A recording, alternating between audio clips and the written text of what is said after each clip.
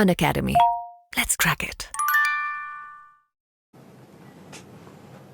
So in India, very recently also and at frequent intervals, the Supreme Court says that large number of cases are pending in the courts, Supreme Court, High Court, and then lower judiciary.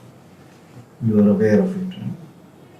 Now, in your opinion, what should be done to reduce this pendency and give faster justice to the public?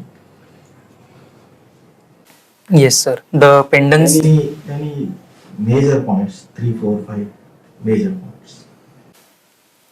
Yes, sir. If we go point wise, first and foremost importance should be given to the lower courts because 85% of cases pending are in lower courts. So first we have to empower lower courts. So we can empower them in various ways. Technologically, the digitization and the practices which are used in Supreme Court, they should be scaled to these courts also. Human resources wise, the recruitment the vacancies should be filled, and All India Judicial Services, this provision which is there in our one of the amendment, it could be enacted.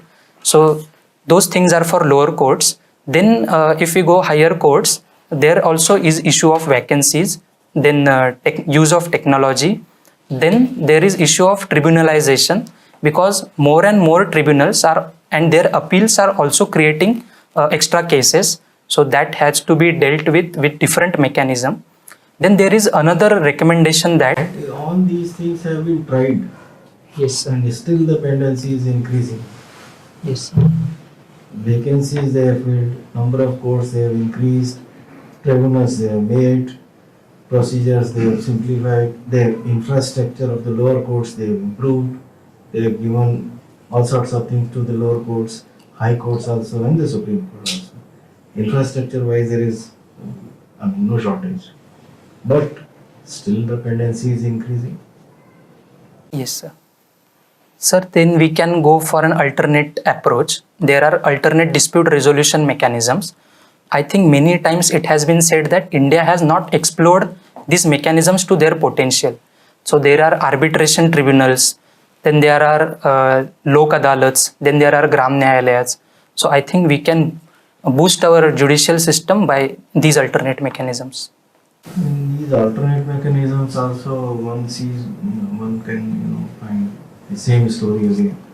You do an arbitration case, again parties go to the court, and again a litigation starts. After arbitration, you must have heard about the Singapore arbitration, very big case. Still it is lying in the courts somewhere. Vodafone India, again lying in the courts everywhere. Now, so what can be done then? Sir, one approach could be to have subject-specific courts, such as we have NGT, the Green Tribunal for Environmental Law. So in these lines, we can have these special courts so that the tax matters or the property matters could be segregated, and then that could be fast-tracked. We have all these things. NGT type courts are there. Then fast track courts of various specific disciplines. You have courts for SC/ST, you have courts for family disputes, you have courts for children related offences, POCSO courts, and so on. You name it and they are there. Sir, additionally, we can also make a use of these emerging technologies such as artificial intelligence and machine learning.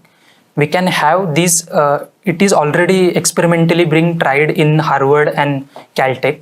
So they are passing the judgments or the case types through these algorithms. Then the algorithms are sorting them so that which cases which are pending for so long can be a low hanging fruits. So they can be resolved quickly. I'm not aware of exact algorithm or details, but certainly we can leverage such kind of technologies. Okay.